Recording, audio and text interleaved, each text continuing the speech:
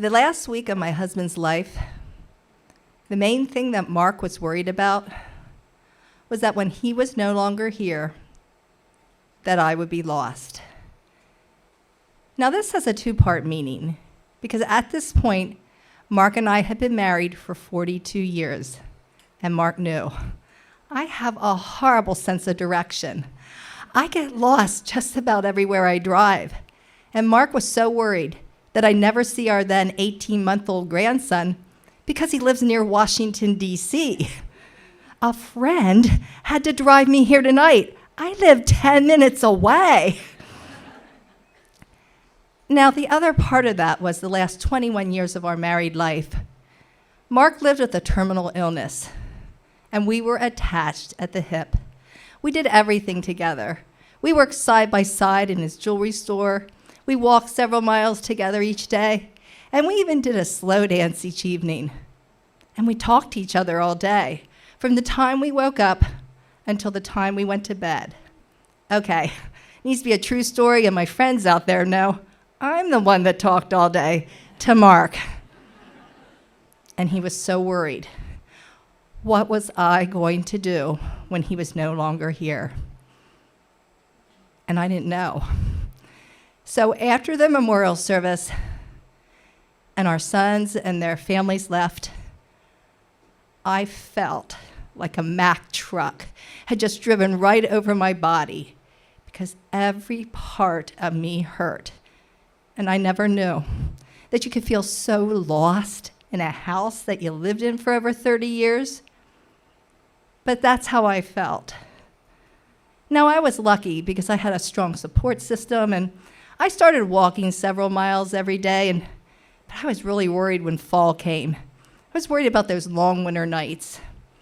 So I went to a friend, and I asked her, "Can you teach me how to knit?" All I wanted to do was knit one little scarf for my grandson. So she said, "Sure, come on over." And she said, "The first thing I need to teach you is how to do a square knot." She said, "This is the easiest thing, but it holds the whole piece together." My friend couldn't believe that it took me a whole day just to learn that one knot. She hadn't even gotten to the hard part yet, the knitting. But she was real patient with me, and I was determined not to give up. And in 2 weeks' time, I had made a cute little scarf for my grandson. I was all proud of it, but it had several imperfections in it, but I decided to knit a scarf for both of my sons before I forget what I just learned. And then I knitted a scarf for both of my daughter-in-laws. And then I decided to knit a scarf for everyone who had helped me the past year and hand them out at Christmas. The more I knitted, I realized that my hands now had a nice rhythm. And I could hear the click, click, click of the needles. And I found this ought to be soothing and meditative. And I actually got to the point that I could have made a perfect scarf if I wanted to, but I decided to leave a couple imperfections in each scarf on purpose as I was now trying to find out who I was on my own. I knew it wasn't going to always be perfect. I knew I was going to have some rough days, but I was going to be okay, like my scarves. They weren't perfect, but they were okay. And by Christmas, I had knitted 100 scarves. My friends couldn't believe it. And my friend that taught me how to knit, she couldn't believe it at all because I couldn't even do one knot 3 months before that.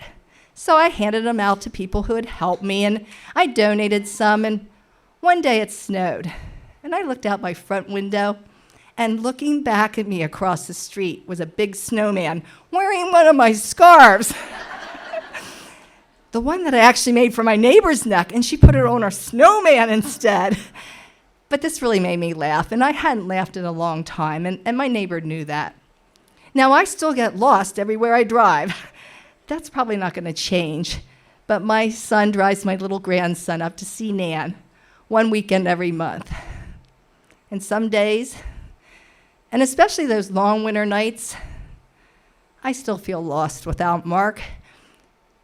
But I've found ways that are helping me to heal, my knitting and my storytelling. And as I now sit alone in the evenings in my lazy boy knitting, I often look at the now empty lazy boy beside me, and I see a vision of Mark sitting there, looking back at me and smiling. Thank you.